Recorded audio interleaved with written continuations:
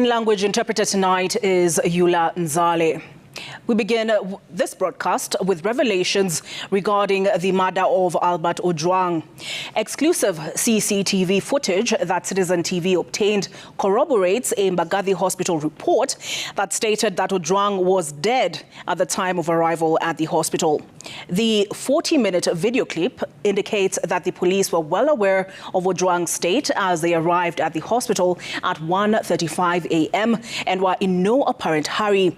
They took him inside the facility 24 minutes later with no medic helping the police officers move his body from the police van into the building, where they only stayed for 10 minutes before his body was taken back to the vehicle. Kenyacitizentv stays on this developing story.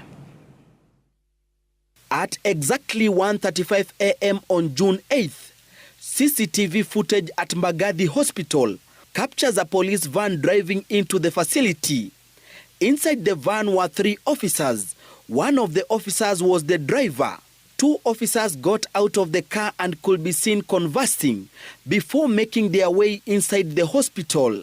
The driver followed behind slowly, but even before they got to the emergency room, one of the officers received a call and the others followed him out. For 3 minutes, he was on the call before returning into the hospital building.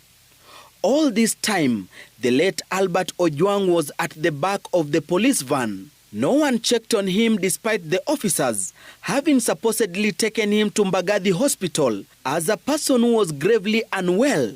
At 1:40 a.m., 2 officers were captured walking inside the hospital, searching for medics. 6 minutes later, they emerged with a stretcher and they got straight to the van. It took another 10 minutes to move him from the police van to the hospital. With the help of the security guard at the facility, the late Ojwang on a stretcher was pushed inside the facility at 1:59 a.m., 24 minutes after he was brought to the facility. Inside the emergency room, Ojwang only stayed for 10 minutes, those in charge confirming the worst. The suspect was brought in dead.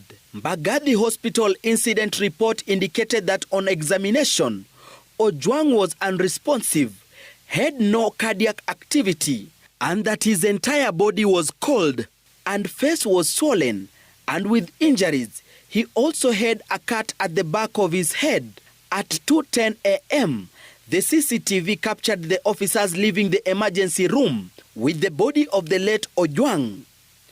5 minutes later, the police van left the hospital parking with the corpse, which was later taken to city mortuary. Why were the officers not in a hurry to ensure he was attended to? Who were they talking to on their phones at a time when they were supposed to be busy ensuring he was attended to?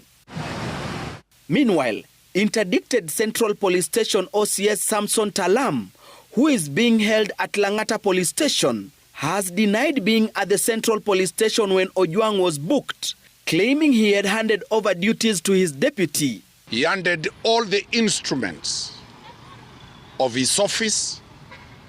He handed over the pocket phone for communication to his deputy. We shall be producing CCTV footage to show that he was nowhere near the police station called Central Police Station. The lawyers who have also disputed the claim of Talam interfering with the CCTV say they will move to the High Court to challenge his prosecution, claiming he is being framed. Gatete Njoroge, City